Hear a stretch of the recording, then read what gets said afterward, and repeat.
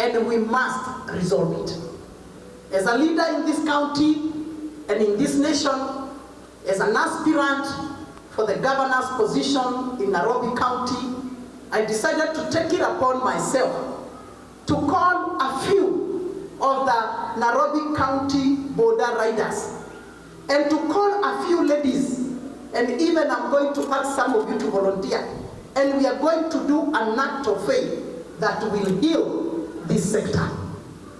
I do acknowledge that what happened on Wangari Maathai Road was wrong. I do acknowledge it is wrong to unleash any form of violence against a woman or against any human being for that matter. It is wrong. Accidents do happen, and when accidents happen, the law should take its course. However, it was also a wake-up call to all of us that we have ended up creating lawlessness in the land. Tumesimama kuambia watu wa bodaboda ya kwamba sisi kama wamama kweli ilitendeka, lakini hakuna aliye mkamilifu duniani.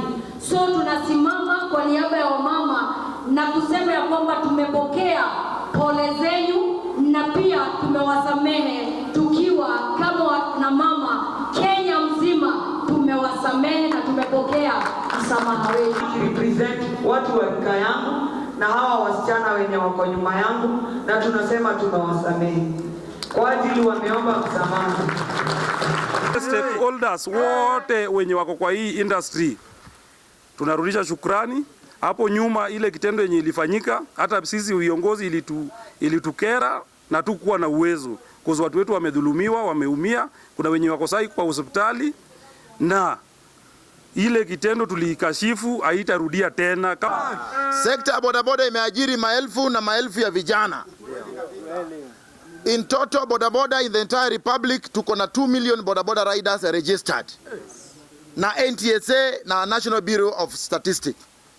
Kwa hawa watu wa bodaboda wote ambao wamekuwa registered, kila mwana bodaboda ana support minimum kwa familia ya watu 4. Kwamba kitu ya kwanza ningeshukuru kwanza Rais Uhuru Muigai Kenyatta kwa kuturuhusu kurudi kwa barabara. Maana yake familia nyingi ilikuwa ina depend kwa hii kazi ya bodaboda. Ombi ambayo tuko nayo sana, wana bodaboda Kenya mzima, muingie kwa sako. Sako ndio inaongoza kila kitu ambayo inaendelea katika ile eneo.